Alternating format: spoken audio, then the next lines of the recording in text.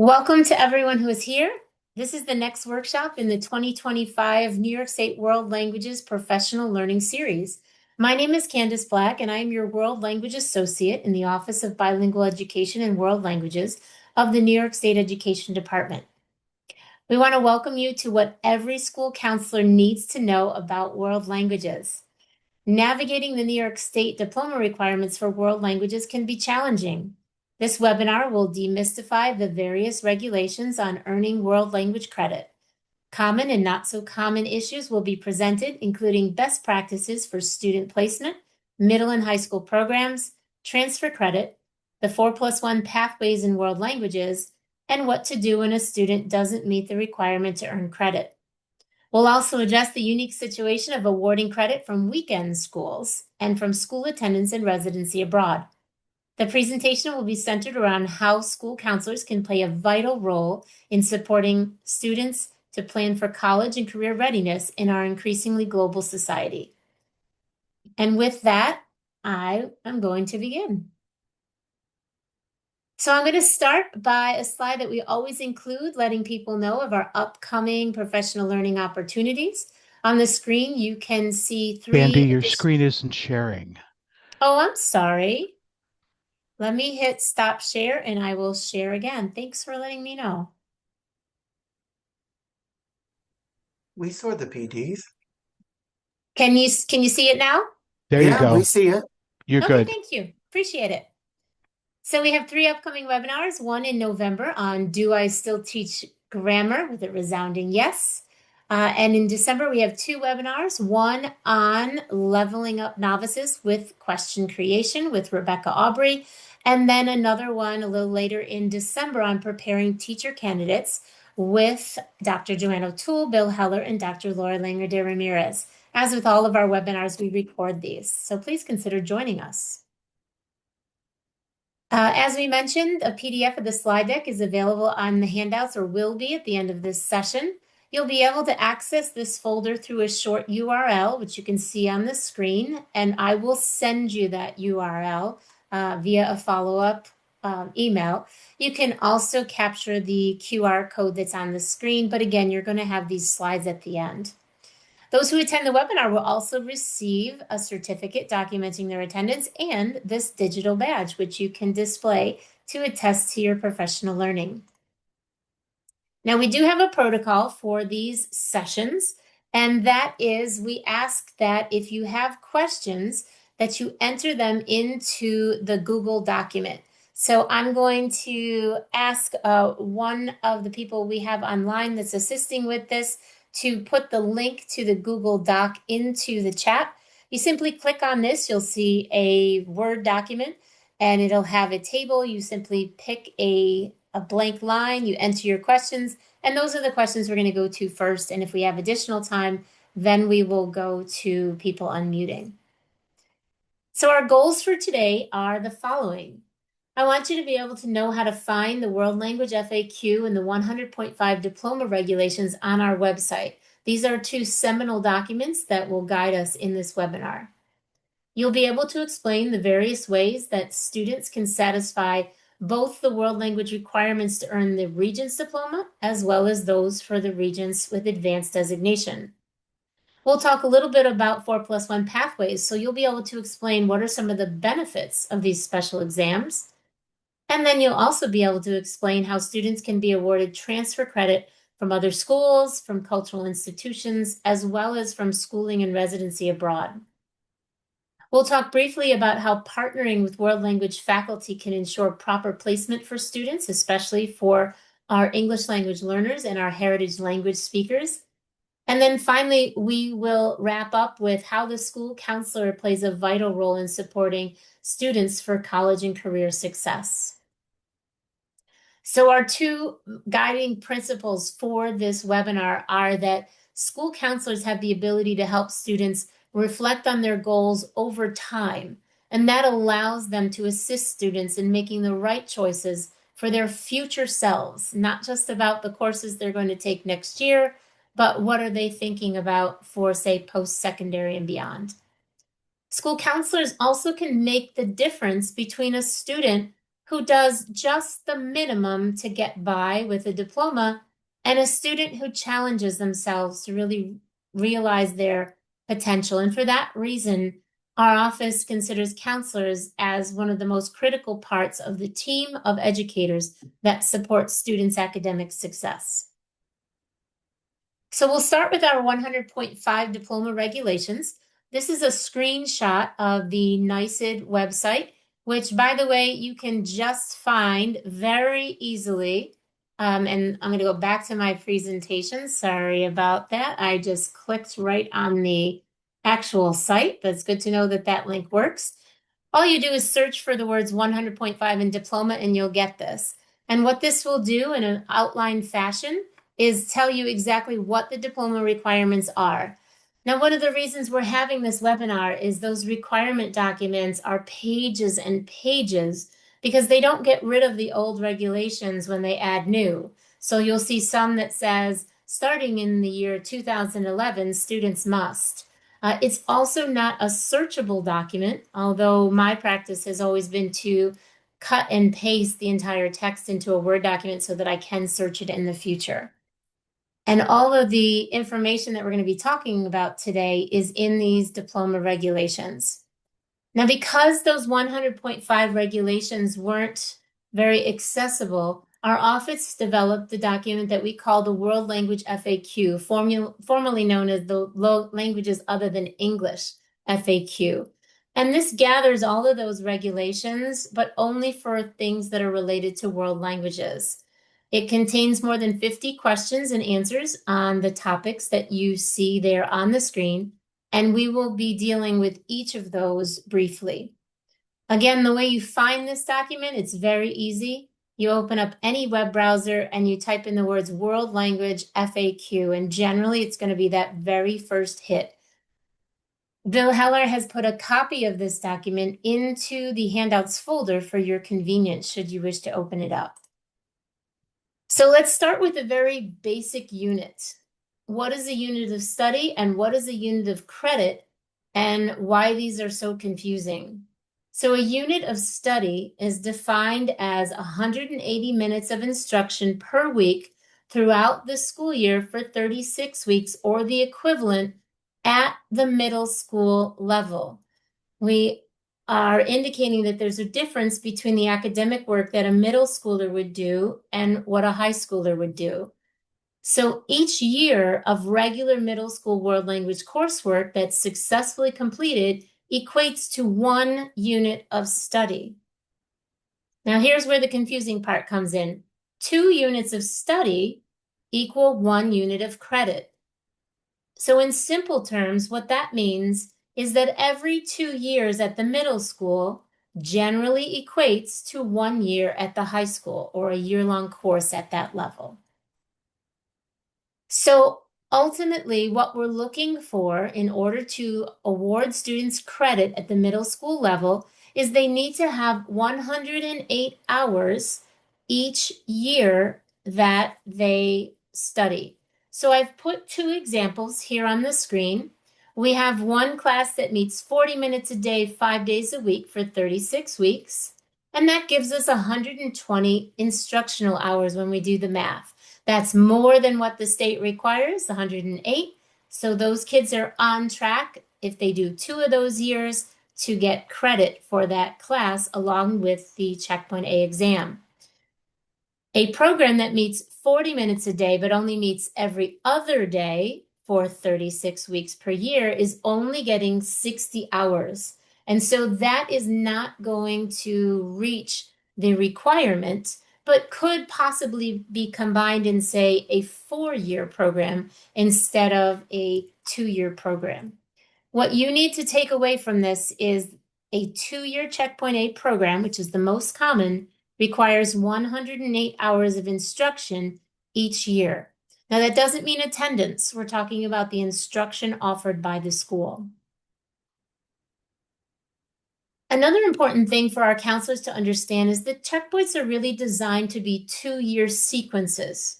So Checkpoint A represents the first 2 years of language study. And this is designed for what we call our novice learners, our true beginners.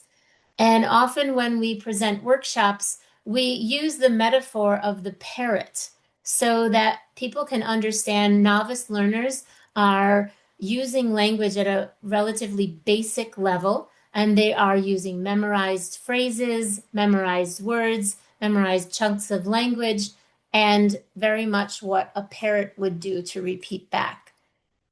Checkpoint B, which is the second checkpoint, represents the third and fourth years of language study. It's designed for emerging intermediate learners, so the next step up. This is generally done in 9th and 10th grades. And the metaphor we use for this is the survivor. So a checkpoint B student's language starts to be able to play with language.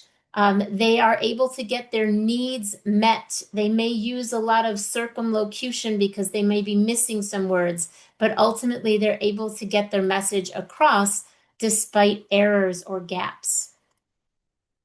Our final checkpoint at the secondary level is checkpoint C. This represents our 5th and 6th years of study in a language, and it's designed for developing intermediate learners. So this means that students at the end of the checkpoint should be between that intermediate, mid, and high ranges. And we use the metaphor of the reporter. This is someone who is able to recount past events, who's able to tell what happened at a certain time. So given those 3 checkpoints, when must world language study begin for students who are enrolled in middle school?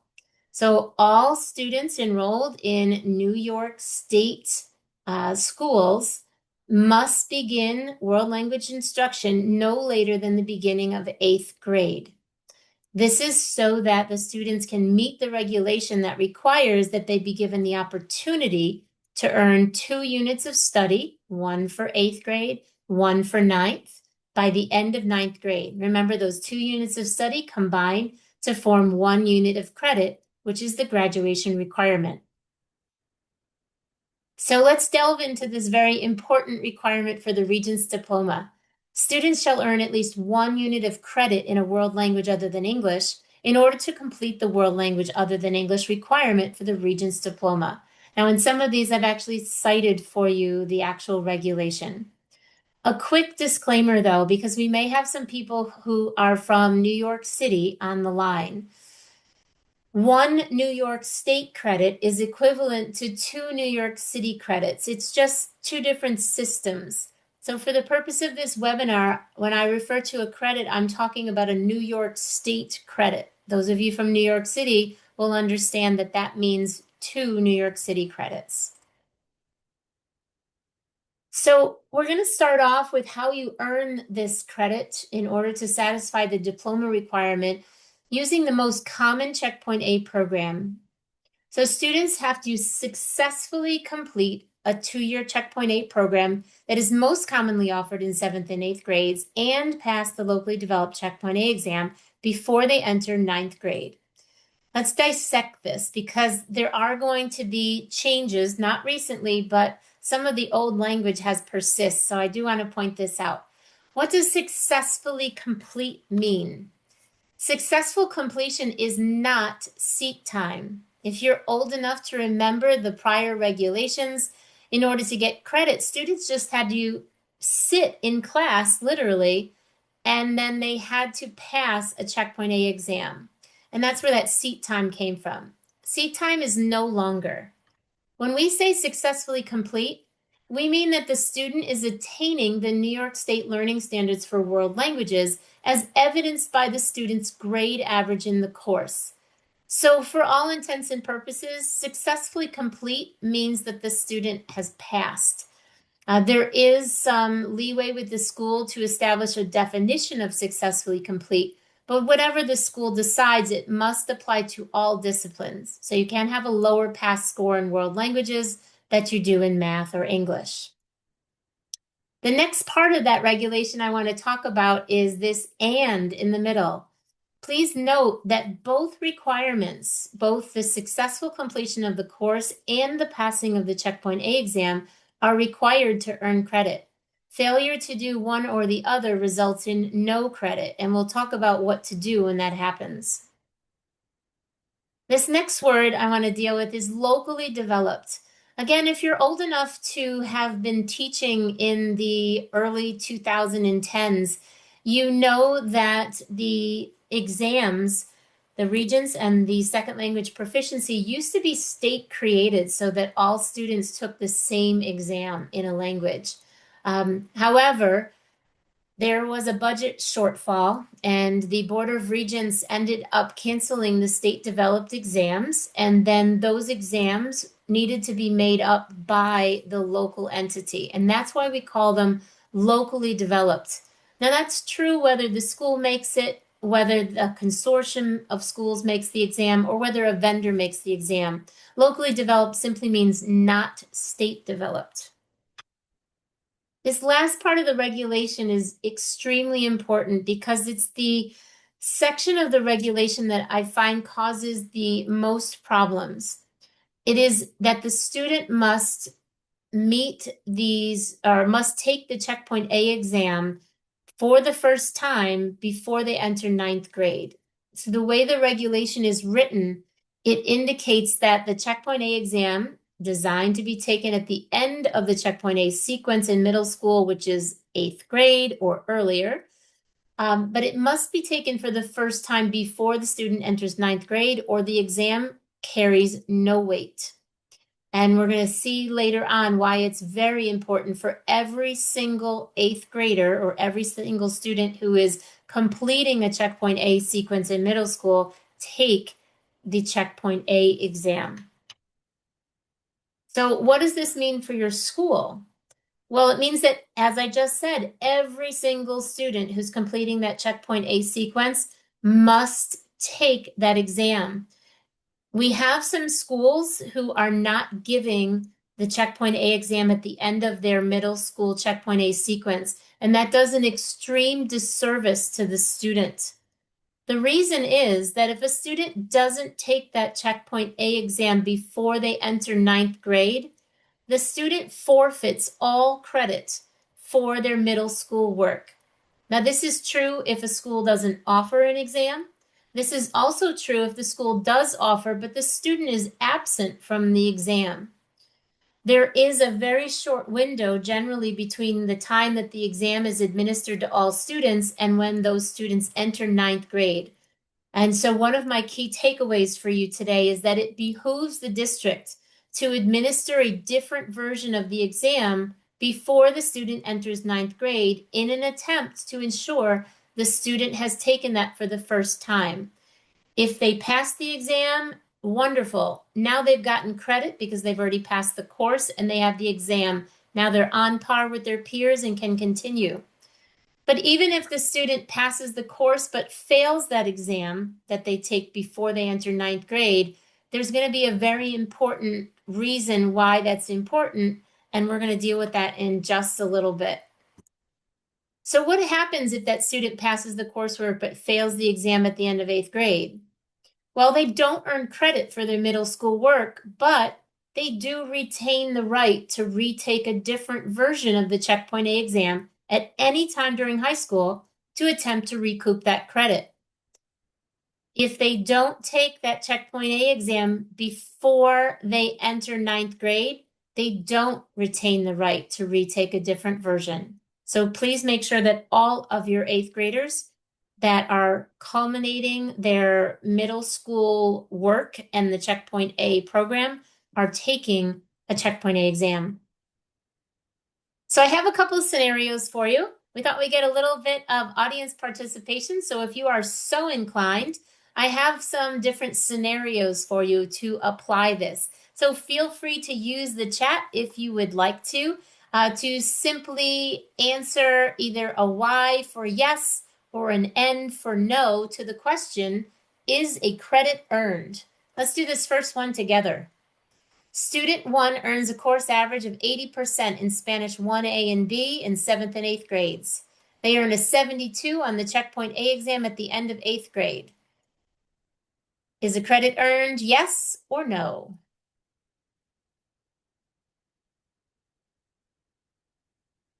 All right, I'm seeing lots of great answers. And the answer is yes, they have fulfilled both items to be able to be given a credit. Let's see if I can throw you any curveballs.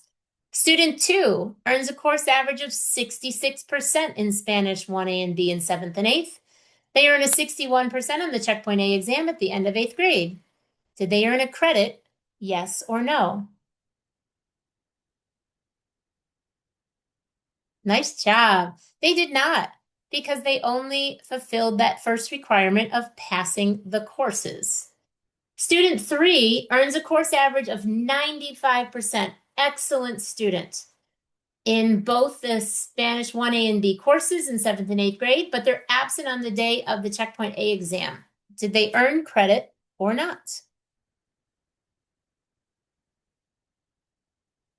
Oh, I like that. Some of you even had some clarified answers. You are correct. They did not meet the standard to earn credit. Very good. Okay, a couple more. A student earns a course average of 66 in the two Checkpoint A courses. They fail the Checkpoint A exam at the end with a 61, but then they take and pass the following year's Checkpoint A exam. Are they allowed to do that?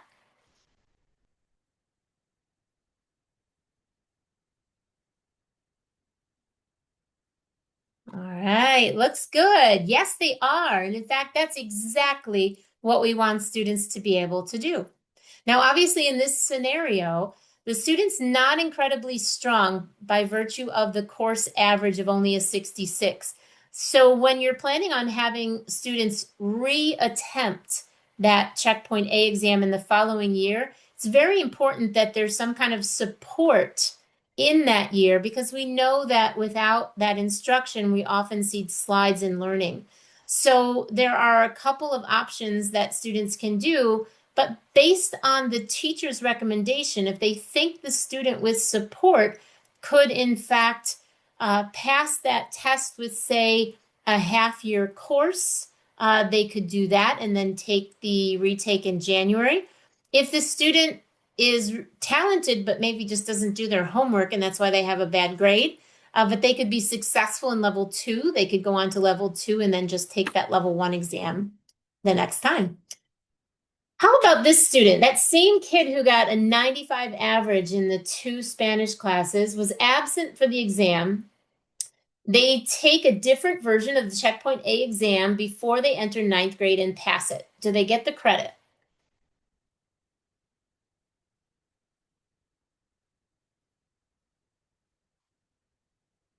You guys are awesome. I haven't been able to trip you up at all. Yes. Again, that's exactly what we want to do. Now, sometimes students are very legitimately absent. Maybe they tested positive for COVID the night before and they simply can't come to an exam without exposing other children. Sometimes there are some not so legitimate answers, but regardless of the reason why a student is absent, it behooves the school to have a makeup exam that's a different version of the exam that still adheres to the NYSED guidance available for students in this situation. And if your school doesn't have one, you can always look to the variety of vendors that are available to take a computer-based test. Okay, last one of these challenges, and then it's going to get really hard. This last student earns a course average of 95 in Spanish 1A and 1B. They're absent on the day of the exam, so they decide they will take the following year's exam if for Checkpoint A, and they pass it. Do they get credit? Oh, we have some differences of opinion. Let's see. I'm going to see if I can find some early people. You know what? I'll let you volunteer. Someone who said yes. Do you want to chime in and tell me why you think it's a yes?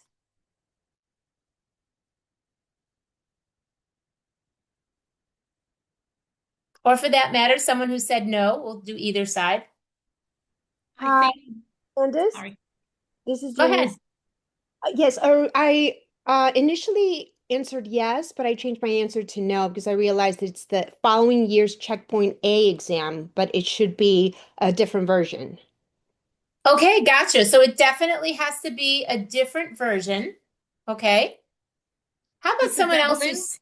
Go ahead, Evelyn. So if I understand you correctly, they had to take it before entering ninth grade. So different version, and they have to take it before they enter high school or ninth You grade.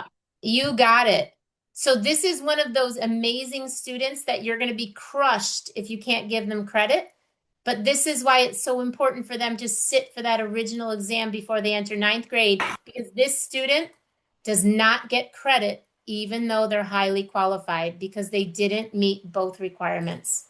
Okay? It's so important for those kids to take that exam for the first time before they enter ninth grade. That is the regulation. Okay, so let's talk about some other allowable programs. We've spent the first 10 minutes talking about the most common program that's a 7-8 2-year sequence. But you can also do Checkpoint A as a FLES program, which used to be called Foreign Languages in the Elementary School or Early Start. There's a couple different ways to talk about it. And this is any 2-year sequence or more than 2 years during elementary and middle school, which is K through 8, where students can reasonably demonstrate achievement of the standards. Now, why did I put reasonably? According to the regulations, technically, you could have a 2-year program that met 40 minutes a day, every day of the week for 36 weeks in kindergarten and first grade. And if you were able to go through that curriculum, you technically could give students credit for it. However, do we expect that a first grader who's just learning to read, for instance, in their home language, is going to be able to manage the type of rigor that we see on the Checkpoint A exam? Probably not. But there is flexibility with that. There's also the option of the accelerated 8th grade course. So instead of offering a 2-year 7-8 program, schools can offer an accelerated course that literally condenses the 2-year curriculum, because remember we said each checkpoint is designed as 2 years, into a 1-year course. Now this can only be done in the 8th grade year. Acceleration is never permitted in world languages prior to 8th grade. And we're going to talk about some pros and cons to that situation. But there's also a 2-year course sequence option that spans 8th and 9th grade.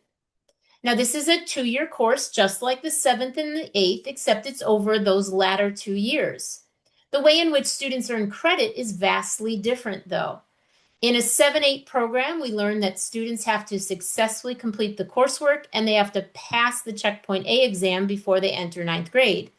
In the 2-year course sequence that spans 8 and 9, the way students earn credit is by passing only the 9th grade year, and no Checkpoint A exam is required. And so I'm sure that your brains are going a mile a minute thinking about the pros and cons of these different options.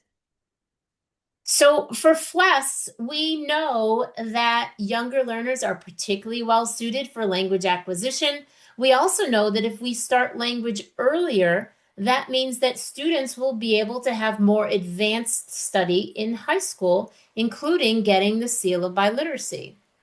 So what you see on the screen is a possible FLES model where levels 1A and 1B are taught over 6th and 7th grade. Again, we're talking about a 2-year curriculum. In this instance, I did 36 minutes a day, 5 days a week for 36 weeks. That gets you exactly the number of minutes you need. And then in 8th grade, remember, we can start to accelerate in 8th grade. That is, we can teach effectively a high school course in a single year in middle school. And those students could take a level 2 course if they wanted to. Therefore, they would have 2 credits if they met the requirements going into high school. Now, in this instance, they would take the locally developed Checkpoint A exam at the end of 7th grade, right? But we also have an option like this. Some schools may offer the Checkpoint A curriculum over 5th through 7th grade, so they effectively have a 1A, B, and C program.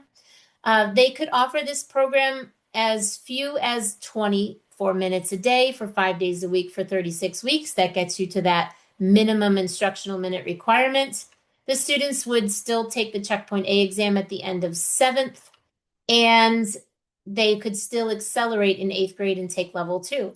So there's a lot of benefits to offering world languages earlier than before. So let's delve a little bit deeper into our third option, which was our 8th grade accelerated course. It's very important for you to know this as a teacher, as a school counselor, or as an administrator, that the decision to offer an accelerated 8th grade course in world languages should be based on student readiness. This is explicitly stated in the world language FAQ.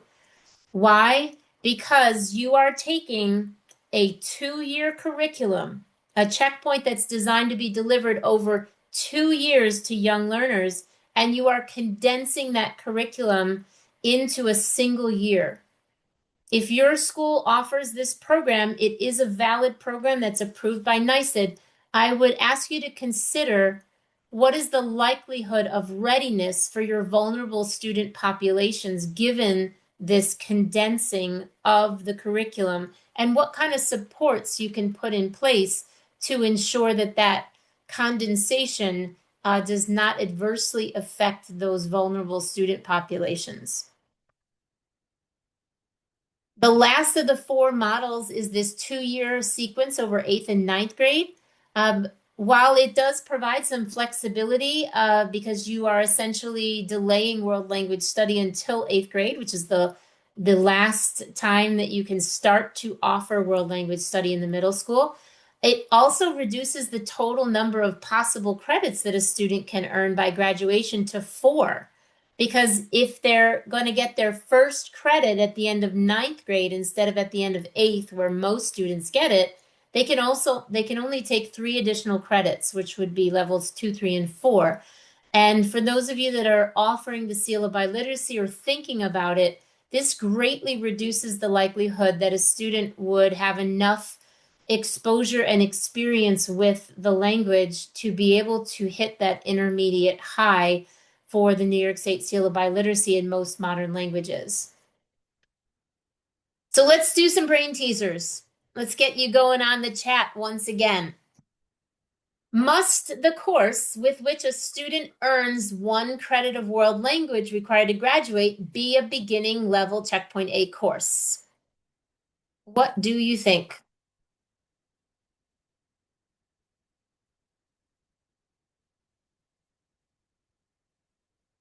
Okay, I see a lot of unison in the answers, and I agree with you. No, regulations require that students earn 1 credit of world language, but it doesn't prescribe the level of the course having to be a level 1 course, even though that's what most students do, and that's logical. When we're starting to learn a new discipline, we generally start with the level 1 course, but any 1 credit of world language will suffice regardless of the level. How about another brain teaser? May a student switch languages while in middle school and still earn credits? So I start out in French in 7th grade, and then I decide that I want to switch to German in 8th grade. Am I allowed to do that?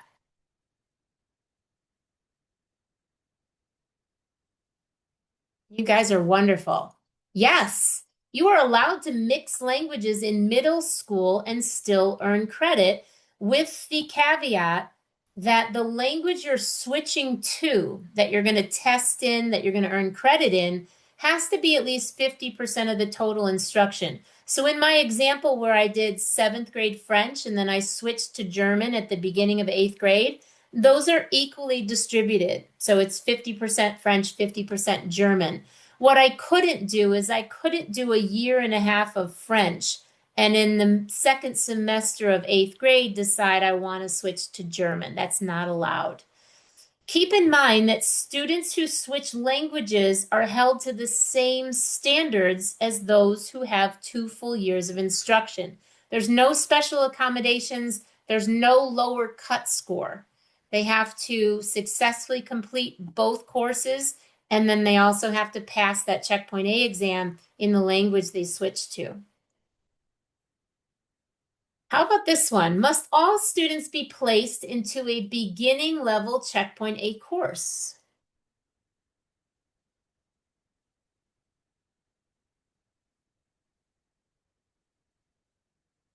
Okay, we're mostly unified on this, some difference.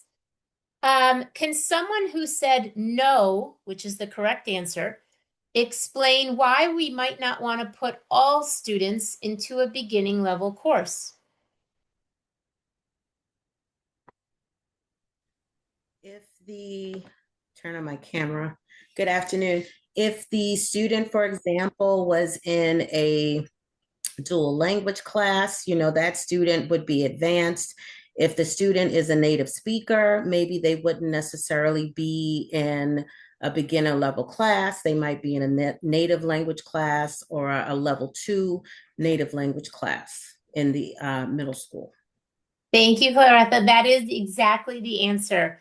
So schools are authorized, but they're also encouraged to place student in the world language class that is best suited to their proficiency level. Now, the vast majority of students not having had a world language before are best suited to the beginning level. But I have a question. I have a yes, go ahead. question. Okay, so right now I teach 7th and 8th grade Spanish. That's 7 is the A and 8th is the B level. And then I have another class which is all native speakers. And they're 7th graders. So they're taking Spanish for the first time, but they're all native speakers. They were able to give me that class for some reason. They were able to get them all in that class. So they can't call it a heritage class, but yet what do I do? Because I am challenging them. I feel like I have 3 different preps this year. I think these kids will definitely pass the checkpoint A in 7th grade if I give it to them. But my school is saying it's not a heritage class. So I have to treat them as if they're taking Spanish for the first time, but I'm challenging them. They're doing more writing, more reading, I fully teach it in Spanish. Some of them are learning English at the same time. So sometimes I'll throw in some English. So what do you recommend I say to my school, my counselors? Can these kids take the checkpoint A? Yeah, Gabriella, why is your school telling you that this is not a heritage language class if all the students in it are native speakers or heritage language speakers?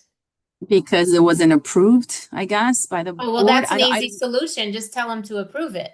I mean, I don't have a that's saying. I spoke to my principal and he said we cannot call it a heritage class because we don't know if that can happen next year. So for this year, it happened that they were able to get me an entire class with all native speakers.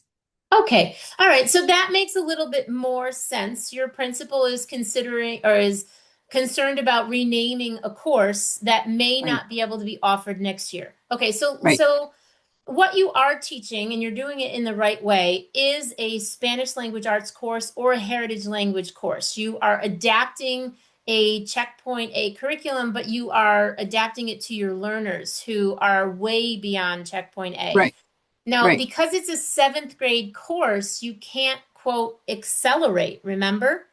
Right. So your students, even though proficiency wise are vastly beyond your English dominant students in the other section, they Yes. still have to complete a 2nd year. So you're doing what you should be doing. You're differentiating. I would work with your principal about the feasibility.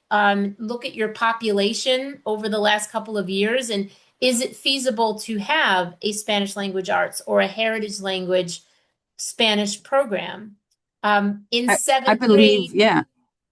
I you believe we can't, can get there, but as far as this year, they were able to do it just for this year. I don't know right. about next, but do I give them the proficiency at the end or no? I cannot, right? Because I'm You not can really. give the proficiency whenever you want. But the problem is the students are not going to earn that full credit until they take the following year because they need 2 years at the middle school if it's before 8th grade. Could I speed up the class and teach 7th and 8th grade curriculum to them? You can, but they're not going to have the instructional minutes. So it's not just about the density of the curriculum. It's also about the duration of the instruction. These kids can write, read, and past tense, future tense. Do you know what I'm saying? Like, what is the service for these kids? So I hear you, and we're going to talk about this a little bit later on. Sometimes schools have the ability to put those kids in an upper level class or a class like you're talking about. Current regulations don't allow for credit just based on one seventh grade year, regardless of the proficiency of the students. Prior to the cancellation of the state exams, the student would have been able to do a project and then test out, but that's no longer allowed. What you can do for these students is continue to teach the way you're teaching. You could administer the checkpoint A and or the checkpoint B at the end of seventh grade with the knowledge that this would have to be combined with subsequent coursework. But then in ninth grade, instead of being put in a level 2 class, maybe you put the kids in a level 4 class. And the way they're getting credit is their 1 credit from middle school and then maybe level 4 and 5 that they take as freshmen and sophomores. Does that make sense? Yeah, who knows if they'll do that at the high school though, I hear you. Why don't you and I kind of touch base on some Okay. different options? You have a very unique Candy, population. can I add something? Mhm. I'm thinking if she already has a class, maybe they can move up that class to the next level, and that's like a way the school starts building a program for native and heritage speakers. In my school, we have a program for language learners, and then a program for native and heritage speakers. So maybe that's the way she can start building the program.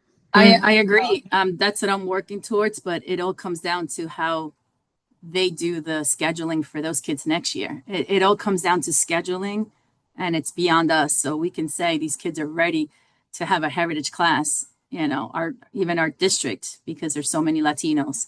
Yeah. But it all gets, advanced classes or whatever it is, it just screws up their schedule.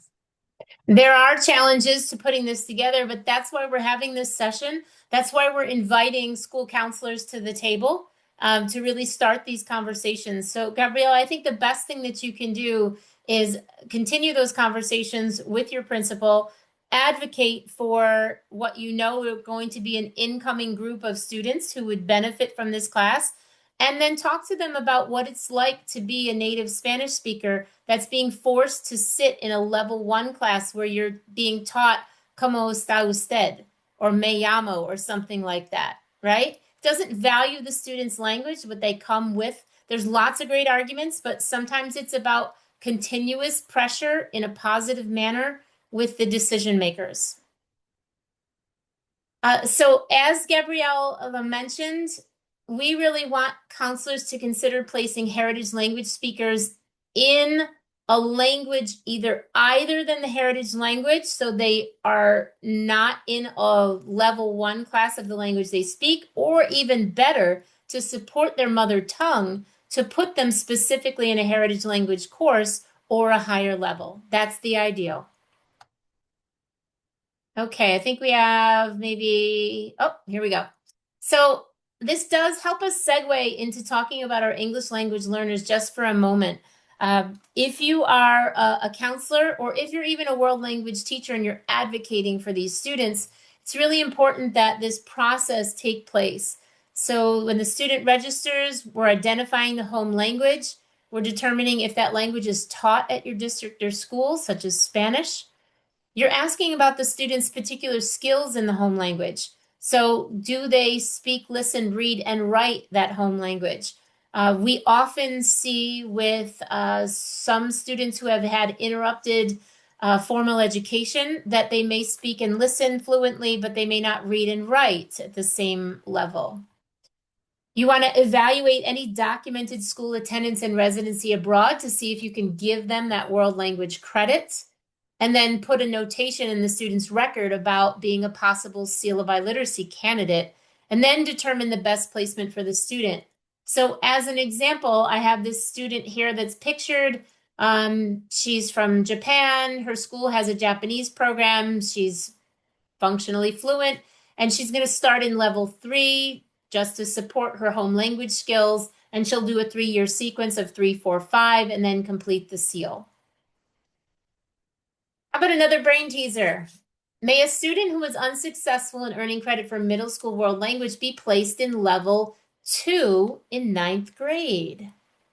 Didn't get credit for level 1. Can I be put in level 2? Okay, a little bit of mixed answers. So those of you who said yes, you are correct.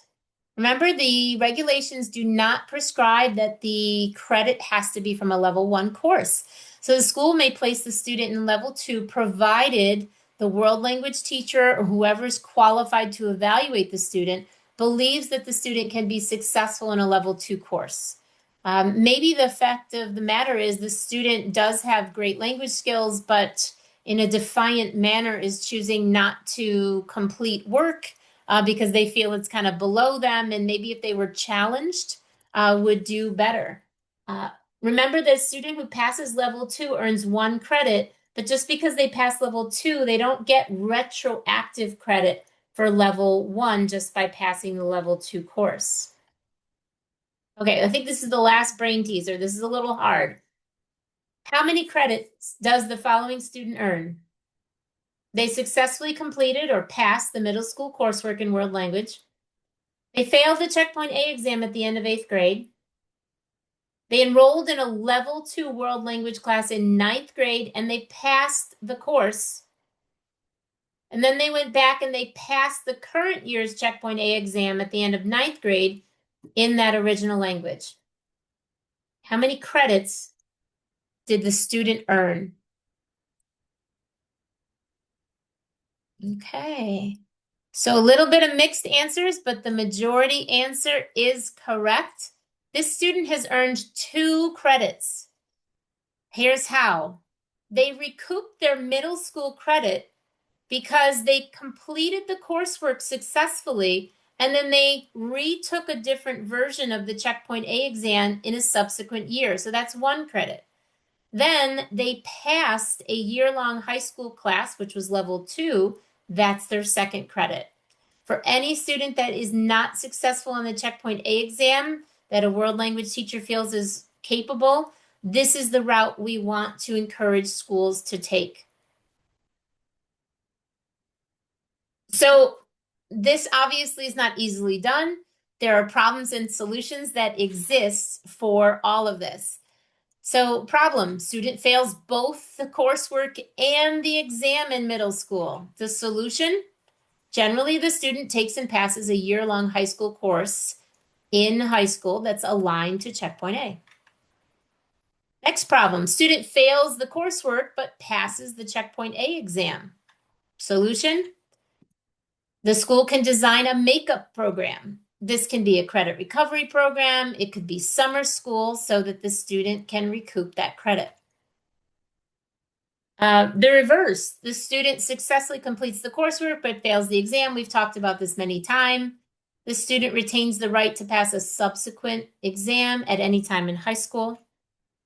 Okay, so those are the programs. That's the gist of what we wanted to talk about today, but we want to delve into some of the trickier topics like exemptions.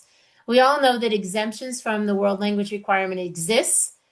Students who have a disability may be excused from this 1 unit of world language credit, but it must be indicated on their IEP for that to happen, and the student still must meet the overall total units of credit of 22 to graduate.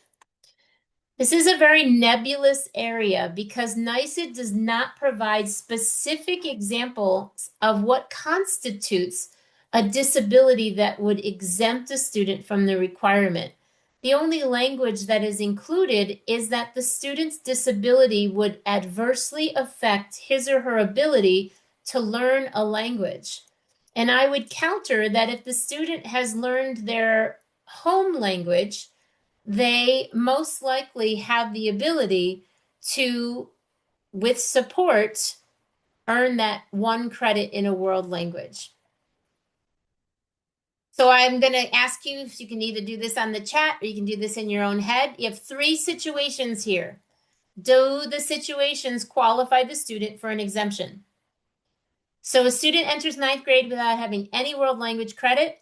They make multiple attempts through all the way through senior year to pass a year-long world language course, but they're not successful. Do they then, at the end of senior year, qualify for an exemption? Yes or no?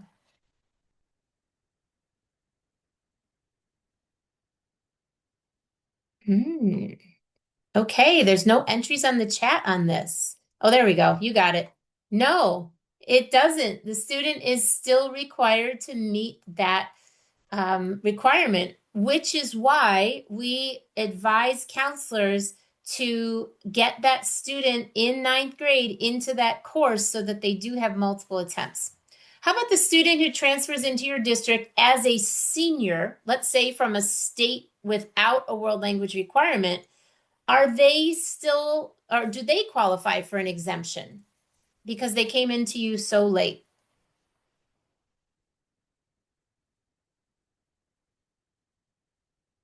All right, you got it.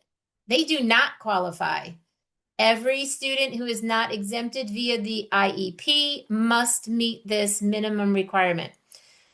Okay, last one. How about a student who is an English language learner? So they have proficiency in a language other than English that they speak at home, but they haven't earned any world language credit. Are they exempt from the world language requirement?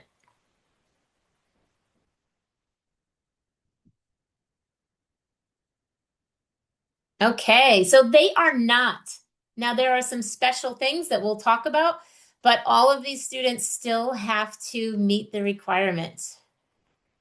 So we'll cover this rest part in very quickly. This is now our requirements for the Regents diploma. You take that first credit in checkpoint A, you add 2 more credits, and you pass that checkpoint B exam. And now you have earned or met the requirements for the Regents diploma with advanced designation as far as world languages is concerned. So 3 units, they must be in the same language. So different from middle school, you cannot mix languages. You're more than welcome to take French in middle school and then choose Italian in high school, but the clock resets when you change a language in high school. So you would need 3 credits in Italian then to fulfill that requirement. Okay, and again, both requirements, just like for checkpoint A, must be fulfilled in order to get the credit, both the exam and the 3 units in the same language. Okay, brain teaser for you.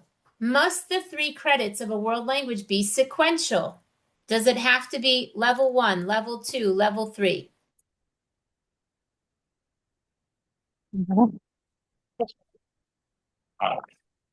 Very nice job. Oh, go ahead. So while most students will in fact do a 3 credit sequential order of levels, there's nothing in the regulation that requires this. So you could have student 1 does levels 1, 3, 4. Student 2 could start with level 3 and do 3, 4, 5. Both of them have met the requirement provided they earn those credits and pass the checkpoint B.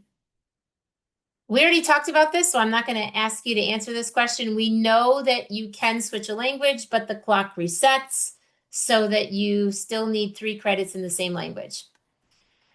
So let's talk about some very specific situations about how else students can earn credit. So students can earn 1 credit of world language for each year that they successfully complete a bilingual education program, otherwise known Spanish language arts, heritage language arts, but it has to be in grades 8 through 12, and they can get up to a maximum of 5 credits for this. We are currently looking at this regulation because if we take students like Gabriella's who are in 7th grade, and they are far and away above any other English dominant 7th grade student taking Spanish for the first time, it seems kind of silly to say, sorry, you're 1 year early. We can't give you credit even though you're able to do all the work. But right now, that's how the regulations stand. We are looking into this to see if we can change it. No checkpoint A exam is required if the student goes the bilingual education route. If they do want the RAD diploma, they do need 3 credits in bilingual education or a mixture of it, and they also need to pass the checkpoint B exam. Keep in mind, you cannot award credits for students who are just residing in a bilingual or monolingual household where the language is not English. We've already mentioned this. Credits by examination used to exist when the exams were state developed. Students would do a project and get at least an 85 on the checkpoint B exam. And if they did, they were awarded those 3 course credits. These exams are all locally developed, and therefore NYSA does not permit credit by examination. This is one of the other items that we are, quote, looking at. Certainly, we wouldn't allow for locally developed exams like a school-based exam because we don't have any oversight over that. But if you take a look at some of the national exams that exist that are highly vetted, I don't see any reason why we couldn't allow for credit by examination for exams like those. So more to come. So I'm going to skip through these slides really quickly because I want to make sure I get to our pathways. Again, you'll get the slides. So in the past, students needed to get 5 Regents exams to earn a Regents diploma, and none of those were a world language exam. So NYSE started the multiple pathways program that reduced the number of exam requirements to 4 as long as the students passed a 5th exam in one of the other pathways. And we are one of those other pathways. NYSE has specially vetted these exams. You can find them in 15 different world languages on our Pathways site. They are all checkpoint B exams. You can also use them in case you don't teach these languages at the school. If you give them course credit from school residency abroad, then they can take one of these checkpoint B exams to get that RAD diploma.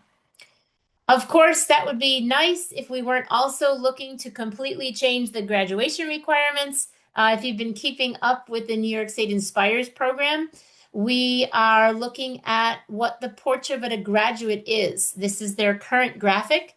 And I just want to point out to all our counselors on the line, and I know our world language teachers know this, that world language coursework directly supports every aspect of the portrait of a graduate. There's very obvious ones like being a global citizen, being an effective communicator, but those world language classes also address the other 4 small items, but have at their core culturally responsive, sustaining education.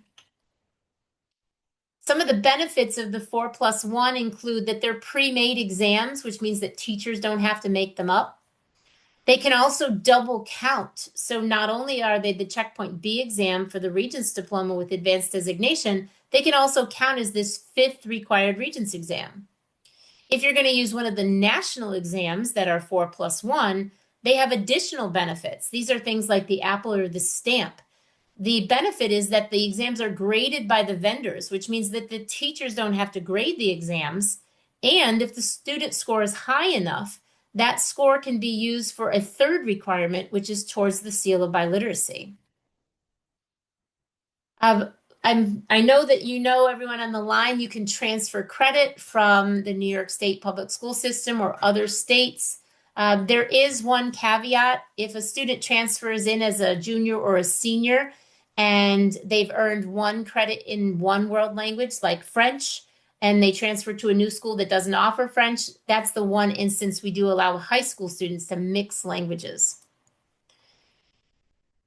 We do allow for independent study, but please be advised that you may not earn that first required credit via an independent study. So regardless of the level that is, once you've earned that first required credit, subsequent credits can be earned via an independent study. And then, of course, online and blended learning is available. Keep in mind, though, that online courses have to be heavily vetted. They need to address all 5 world language standards, and there's a couple of them that are problematic, especially if you're talking about an online program that doesn't have an actual live, breathing human being on the other end. That interpersonal communication, it's got to be real time, it's got to be spontaneous. And you also need to make sure you're providing assessment for things like speaking and writing. So just going to skip through really quick. I want to make sure you know that documented school attendance and residency abroad does allow you to award up to 3 units of credit for every year of documented school attendance in this other environment. It has to occur at 10 or older. The residency must make sure that the student had direct contact with that environment. And you can only give up to 5 total credits. So if you were to give 3 units of credit for the year that they were 11 years old and then 2 more when they were 12, that's where it stops. And the student still has to take the Checkpoint B exam to get those credits. So some more information here on the scheduled day. I do want to mention, especially to our counselors present, that we are encouraging all students, regardless of their status relative to special education, be encouraged to study a world language, asking you to highlight the benefits of developing proficiency, but also to work with our world language teachers to ensure that the Committee on Special Education is stipulating on the student's IEP the accommodations that are specific for students to be successful in world language. We find often that world language is left off the special education train, and that only does a disservice to the student and to the teacher. We also ask our counselors to do very purposeful scheduling whenever possible to avoid tracking or concentrating students with disabilities in the same class without providing some commensurate support in that class. Lastly, I want to finish up with, and I'm going to skip over the seal of biliteracy part, in that counselors who often have the students over multiple years are really in a unique position to help encourage students to further their language study, but also to consider making the seal of biliteracy and world language study part of their 4-year graduation plan. And again, these are our fundamental beliefs that counselors are a critical part of this educator team. I hope that we were able to go through the goals. If you do have questions, it is 5 o'clock, so everyone who needs to, you've met your requirement. Thank you for being here. I will stay on if there are any questions, and my contact information is right here on the last slide, and I will email you everything there. Thank you very much for attending today.